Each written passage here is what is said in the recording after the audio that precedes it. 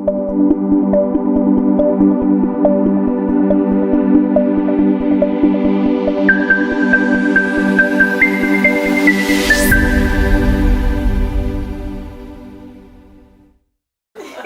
morning, guys. So I am Ada Arvizo, and I have a group of girls that this is, to me, it's the biggest thing since bread. is that how they say it? Sliced bread? Okay. So, I mean, it is really hard to get these girls all in one room because they're so busy. They have their own businesses. They do their own thing. And to me, these are literally one of the top 10 girls that are my inspiration. Now, there's a reason why each of them have their story that is unique. I will let you know, though, that Amanda, Gail, and Claudia Martinez have a video that we have already interviewed them, and it goes deeper into who they are and everything else. So we will take them there today, unless they want to. But other than that, I want to know more about them apart from what we've already heard. I want to know how they're doing it in life, because I'm pretty sure that there are a lot of mothers out there that probably have that fire in their bellies, just like all of us have had, and they want to make sure that there's somebody else out there that's also feeling the same thing. And sometimes we get into that moment where we're thinking, is this normal? Should I continue? Should I not? Now, Amanda, tell us a little bit about yourself. I know that you have many titles. Mm-hmm. Give us your titles. Mom. That's a big one. Well, I am an entrepreneur. I own a mixed martial arts gym. I'm a health and wealth coach. I train competitors. I train a fit camp that's similar to a boot camp for beginners and all the way up to advanced levels. And it just goes on and on. I don't even know where to... I know, and you're also, I mean, you're expecting also, so you're a mom of 3 and soon to be 4. You also have the title of fitness model, right? In my past life. In your past, you did. Not currently. But you also do some personal training. You train girls to compete, and they've gone pretty far as well, correct? Yeah. But what's more of the type of training that I do is, we go deep into mindset and life, and it's not just what you look like on the outside. We go inside, and I know a lot of them are always asking, they feel like I do a lot of psychology, which I do because I want to make sure that what they're feeling on the inside reflects on the outside as well. So we go pretty deep with the one-on-one training when I work with them. That's really good. Now, Claudia, you have a couple of trophies that are very, very inspiring as well. Yeah. I think that when I look at the trophies, I not just see, oh cool, she got a trophy. What I see is you really have to have some dedication. You're a mother of 2, you own your own business. And when I sit down and I think deeply, and I've been telling you this for a long time, you're such an inspiration because to me, I don't know if there are more Latinas out there, but to me, I'm thinking you came from another country and you pretty much have put a check mark on everything that you wanted to accomplish. Yes. And those trophies mean not just a trophy, it means hard work. Yes. Now, how is it for you being a mom and trying to do life? It's not easy, that's for sure. It takes a lot of commitment, but it also takes a lot of drive and passion. I'm very passionate with what I do. Being a mother, I love being a mother, so of course that just kind of comes natural to us, I think. But being into the fitness and competing, it's a lot of work, and it's by choice. So of course that kind of tends to become something that you do because you choose to do, not because you want to. So it's just my passion. I really love it. It's my me time. It's kind of like my little selfish time for me. And so I try to give myself a couple hours and then continue life. I mean, like I said, my priority is my family and my business. I own a local business here, owned it for over 10 years, so that is my priority. But this is also something I'm very passionate about. Now, just like Amanda, I want to ask you if you can share with us. In 2015, you came in second place in something, and I'll let you explain that. And then you came back in 2016 to take first place. Yes. What is that? Well, I compete in women's physique, which there's different type of categories on, the bodybuilding world. And since my first show, I was taken second for the first time. So I thought, okay, no more, I want first. So I worked really hard and made it a goal and, to get first place. So my last show, I took first place in my class. Congratulations. Thank you. That's pretty amazing. That's a lot of work. Now, Jenny. Yeah. Now, you have written books, Yes. correct? I have. What books? Well, it kind of started because people ask, how did that all come about? And basically, when I first became a mom, I had a whole bunch of just different emotions that I was just, feeling and thinking and all that. And so I wanted to put them in a book for my daughter. And so I went ahead and just self-published a children's book for her. And then I have 2 boys as well, so it was like, well, I can't do one for my daughter and not do something for my sons. And so I self-published another book. And then that really got it really piqued my interest, and I wanted to keep going and write for women as well. So that's when I pursued writing women's nonfiction and got an agent, and it kind of just went from there. Wow. What are your books about, and what are they called? Well, the 2 children's books are Mommy Whispers, and There's Just Something About a Boy. And then the women's Christian nonfiction are Confessions of a Wonder Woman Wannabe, which obviously addresses the whole perfectionist type of, what we try to achieve. And we all want to be perfect, and it's just not attainable. And so it really just deals with that. And then the second one is For the Love of God, which is a guide to finding faith, a women's guide to finding faith and getting grace. And it's just for those that are really kind of curious but don't know how to go about a relationship with God. So Yeah, that's what I actually hear that. Yeah. I have coffee today. It's like, okay, so now let me ask you also, because just as the girls with fitness, how do you do a book? How do you write a book and you have 3 kids? How do you do that? Well, I've been on a hiatus for a while, but I would write when they went to bed. So I really didn't sleep a lot for a few years because I had to, be a mom first, obviously, and the writing came secondary. So when they were at school, I wrote, and when they were asleep, I wrote. So that's how I got it done. But yeah. So it's doable. It's doable, yeah. Yeah. But Yeah, because I ask you that, and I ask the girls because I think we've all been there when we're like, okay, I can't do this, I gotta push it for later. I can't do this, I gotta push it for later. And later comes and you're thinking, I could have given 5 minutes here and there. Even when the kids were napping, I could have done something. So that's what's inspiring about all of you. And Miss Tuffly, I call her by her last name because to us she's Coach. Oh yeah, I know. She calls me Arvizo. I call her Tuffly. It's just our friendship. But you are amazing. She's a mother of 6, okay, and she has a rocking body. And I need to know, how is it that you, first of all, you look amazing. Thank you. So do you. So Thank do all you. these Thank things. you. I love your kids. They're not like, when people say 6 kids, you're probably thinking, well, they're well mannered. They're just like these. I'm like, oh my goodness, how does she do it? I have 2, and I'm about to pull my hair out. How do you do it? How do you do it with your kids?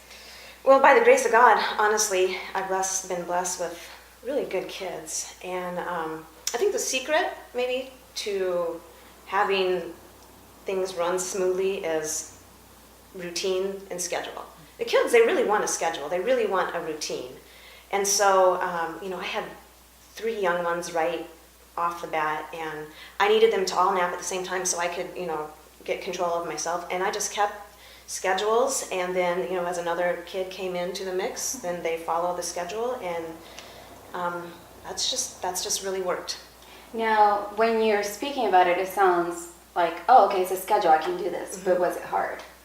Because I knew that I needed to do that for my sanity. In order for me to run things effectively in the household, I needed to have that order.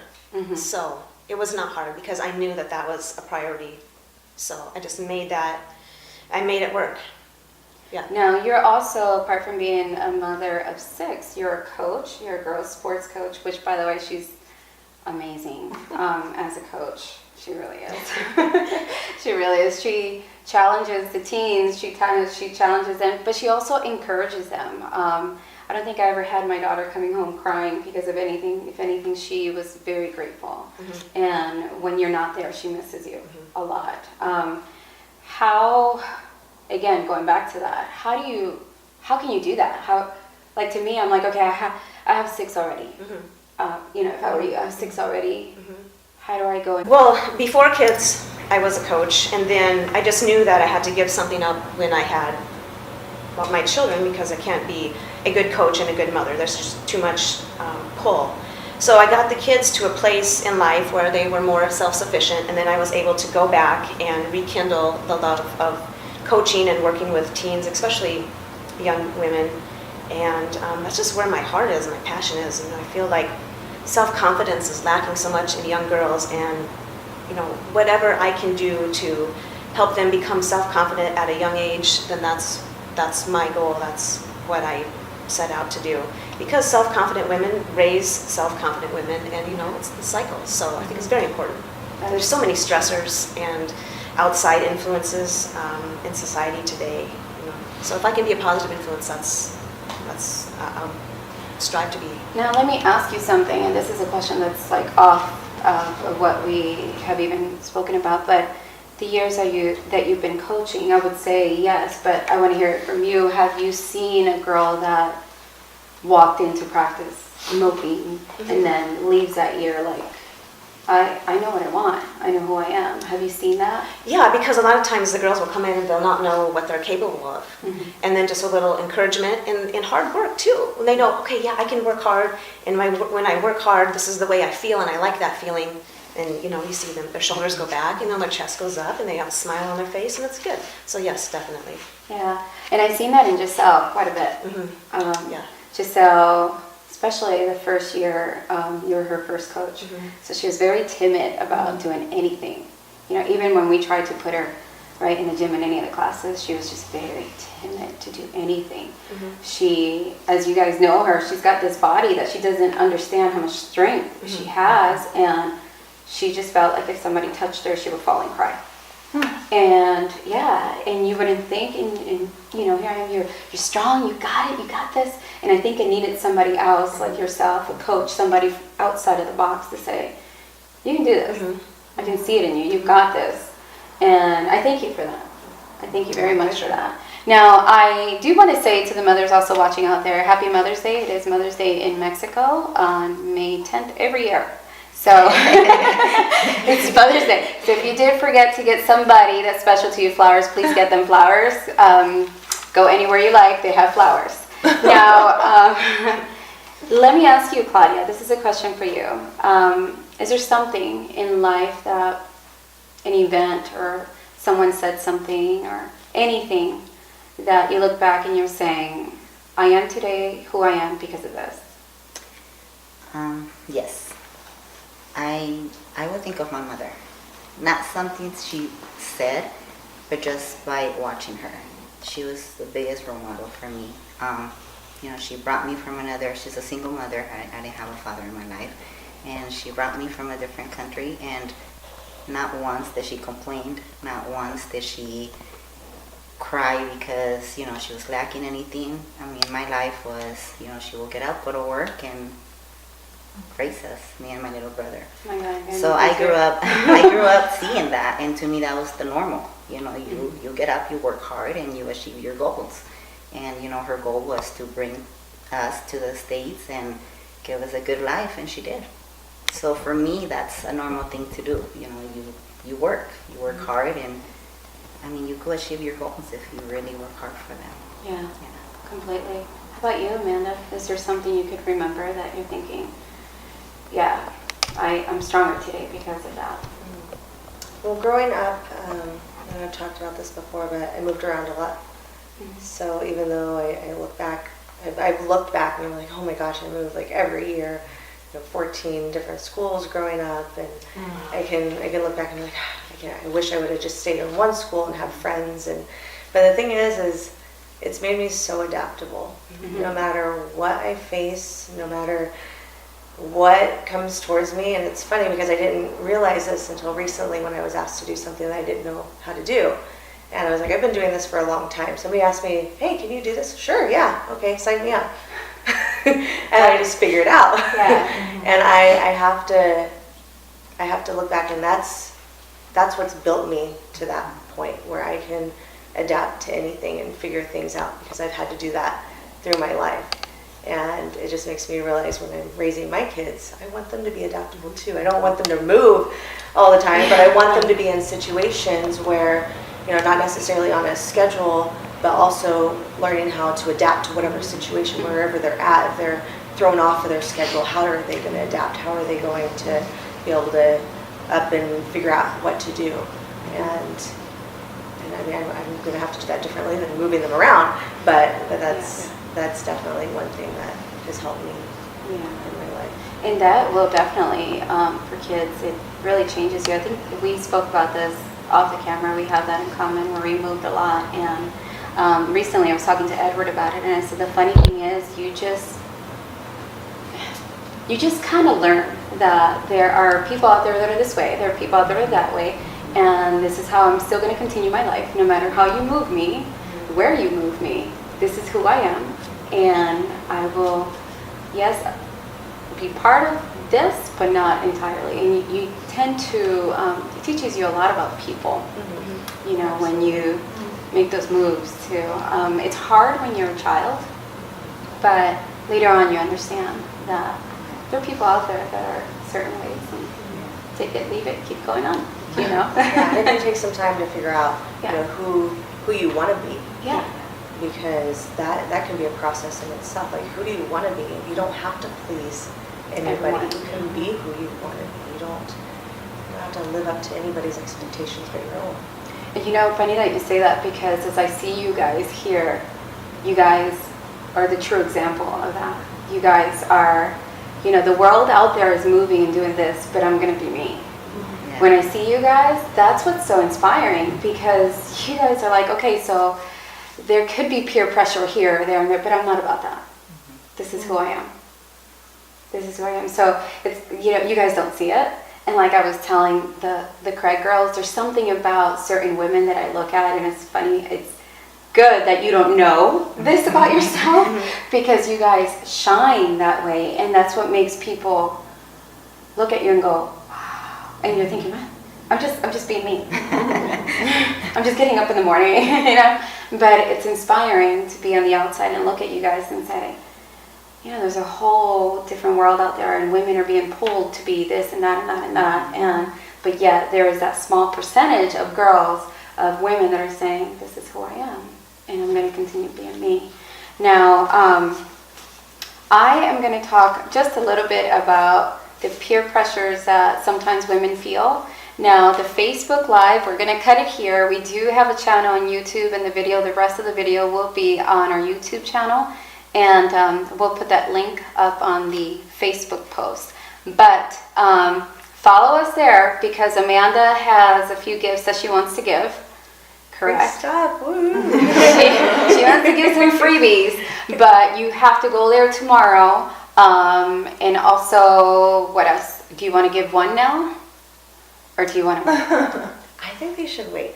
They need to come back. We have so much more, right? I know, there is so much more, and the other one might be a lot of fun, I'm just saying. But again, happy Mother's Day. Get flowers for your mommies, please. Get flowers. And for your wives, not at the last minute. Okay, so happy Mother's Day, and we'll see you on YouTube, guys. Thank you. Okay, so let me see. If there were one word that can describe your childhood, what would it be, Tuffly? Fun. Fun. How were your parents? Were they also like, we're going to get this done? Well, I grew up in small town Iowa, so it was totally blue collar. Everybody worked, farmers, factory workers. So that's, like Claudia, that's just what I saw. I just saw people working hard. When they came home from work, they got the lawnmower out, they did yard work. I mean, that's just what people did. So I think that was instilled in me a sense of hard work from a very young age. And, I just saw people, when people spoke, they said, oh, he's a worker, she's a worker. And that was something that I wanted people to say about me. So I saw it and I followed that example, and I just feel good when I'm doing work. That's just who I am. And so my childhood, you know, I grew up in a small town, like I said, 1,500 people. So it was like an extended family, which was good. But you know, every once in a while you do something wrong, and a phone call. Hey, do you know your daughter? I'm like, I forgot. Yeah. So it was really good, and it was a tight knit community, and I just had a lot of supporters and a lot of love and a lot of great people.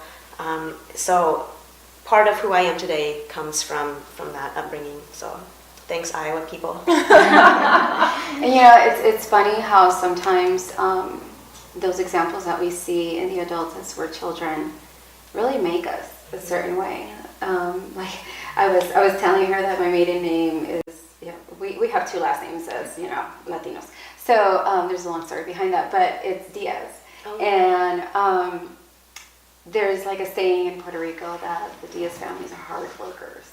But that's what I seen in my grandfather. It was like they got up before the sun came up and they were working and they made it happen. He had an accident, couldn't continue his business, but he did something else. He brought up something else. It was about work. So I feel the same. When I'm working, I feel good. Even after my accident, Edward said, do you just want to be a stay-at-home mom? I'm like, what? I don't know how to do that. That's stressful. I want to work, you know? And he said, okay, because you can stay home. And no, I need to work. It's that value that you feel, right? Maybe I'm saying it wrong, but to me, it's almost like I'm giving myself value. Even if it doesn't mean anything to the world, it means something to me and to Giselle. That no matter what, you gotta get up. You gotta make money.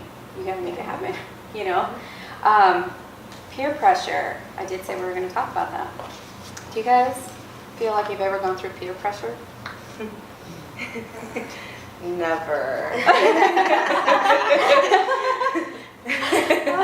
No, it's peer pressure. It's something that I think we grow up with, and you think when you grow up it's going to be over, and it's never ending. It doesn't stop.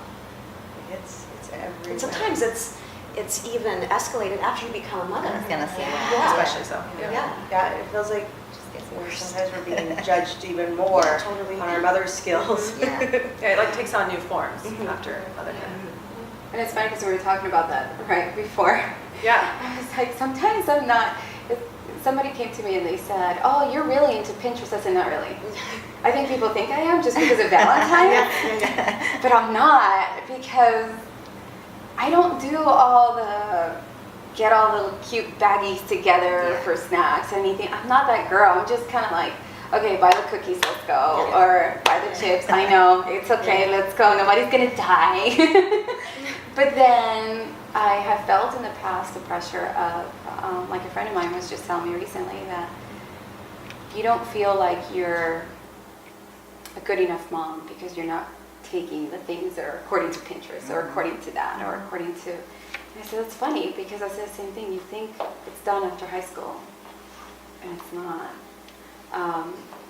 Let me ask you something. This is a question that Edward always asks our guests. Do you feel like you've ever failed? Oh yeah, I failed so much it's not even funny. Like daily. Like fail daily. There's so many things that, I mean, even as a mom, I look back and I'm like, what was I thinking? I thought I was doing what was right, and now I look back and I'm like, I mean, I even had like a breakthrough a few months ago of, you know, work. I've got to work. I got to, you know, whatever I have to sacrifice right now, I'm going to sacrifice, so then later on I can have my time with my family. And I was like, what the heck am I thinking? My time with my family is now. They're getting older, so I need to calm down, back up, and reevaluate what I'm doing.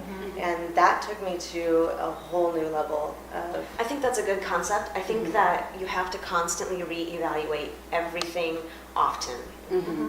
Friends, job, family, whatever it may be. I think there's a constant... If you want to do it right, I think there's needs to be a constant reevaluation.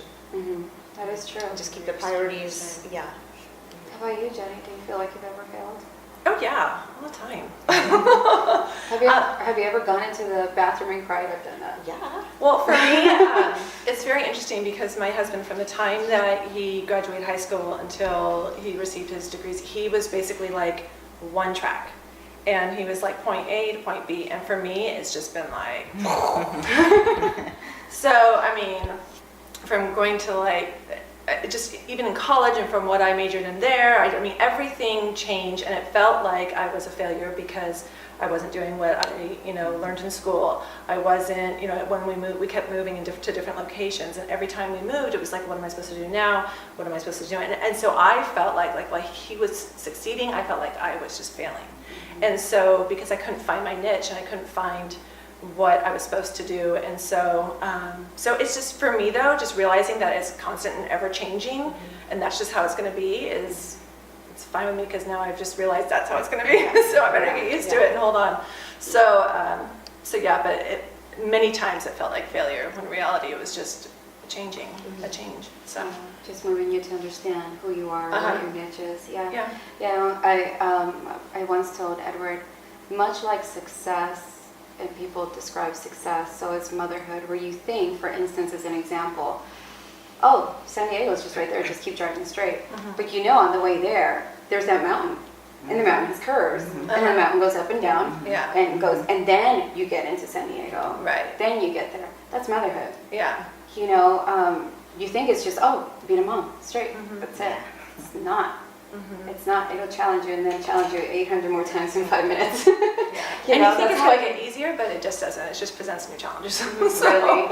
Yeah. Yeah, because you have teenagers, right? Well, yeah, I have one teenager, one tweener, and then one 8-year-old. So, but my daughter's about to enter high school, so it'll be interesting. Yeah, she's adorable. She's fun. She is so cute. I just love her. I told I was like, gosh, I just really like her. She goes, I know you do.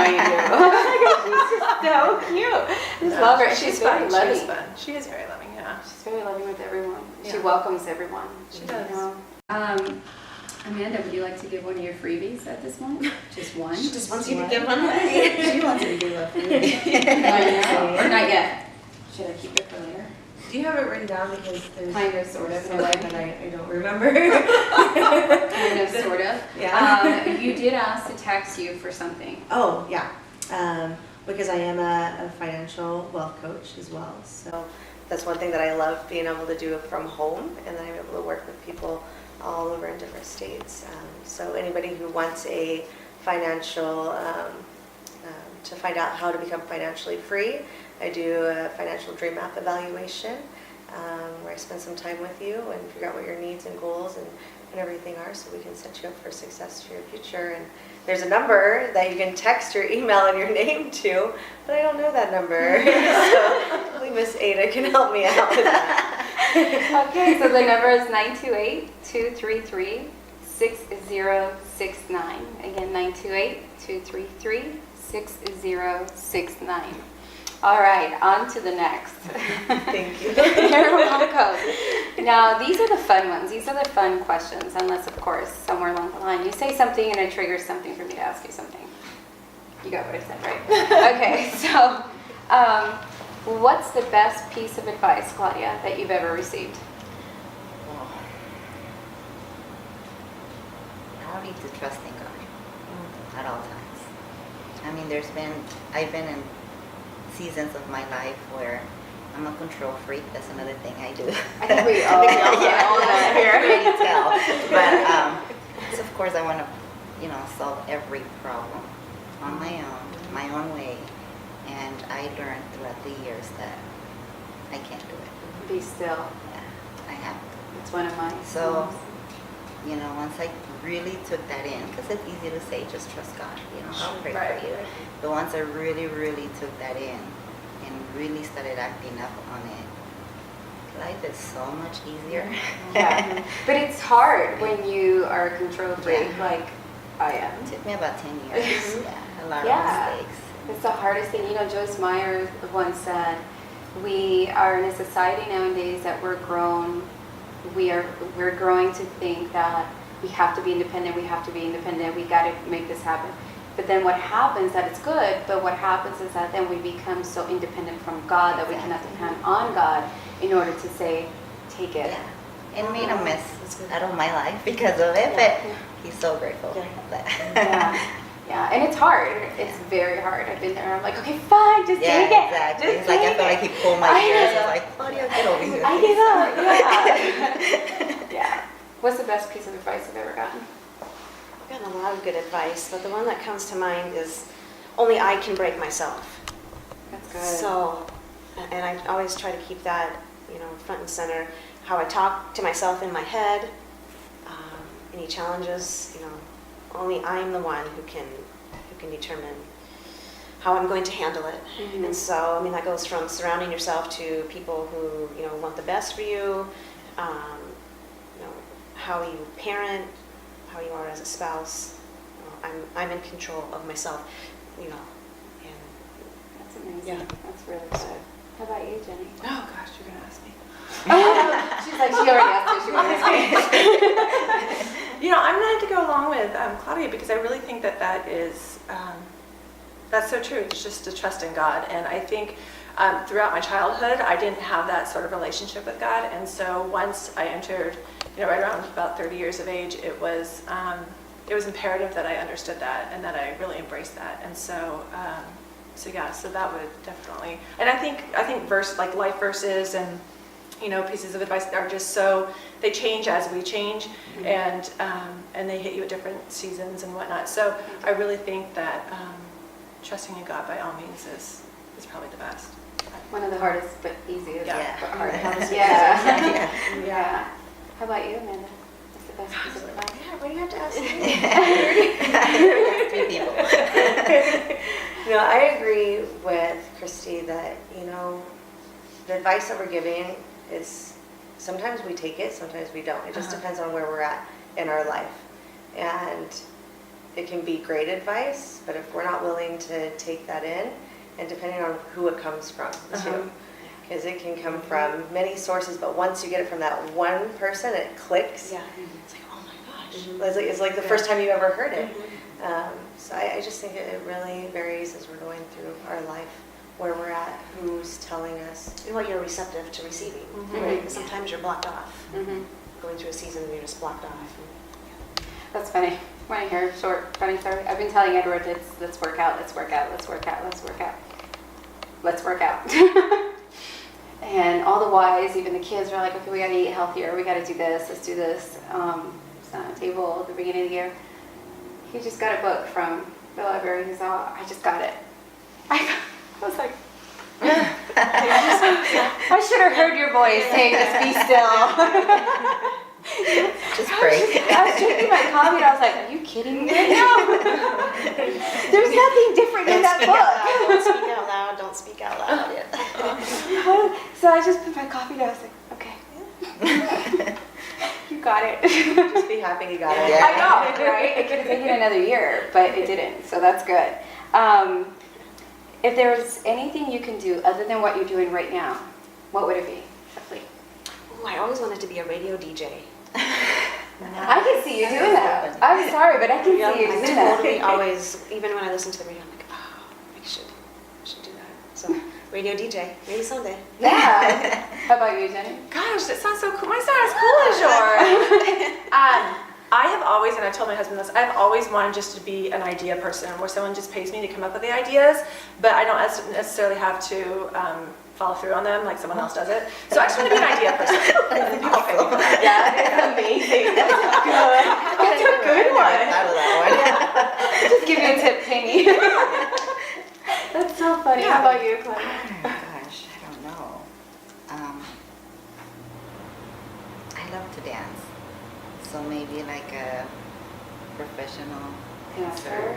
I can see her. I Yeah. don't really dance anymore, but that was my passion. Yeah. My That's awesome. younger days. Awesome. How about you, Amanda? Gosh, I feel like I'm doing everything Yeah. I want to do. I feel like I'm living that right now. The Are you where you're at? only thing I want to do now is, travel more with my family. Yeah. And it's going to happen. It's there. Yeah. I just can't wait till that moment that we all get on the plane together or a cruise and we're like celebrating, shaking our booty. And It's having fun. Yeah. Heck yeah. Now, Amanda, now I'm going to go the other way around. Is there a book, music, anything that you feel that fires you up, like, fine, I'm ready, let's go? I think that goes inside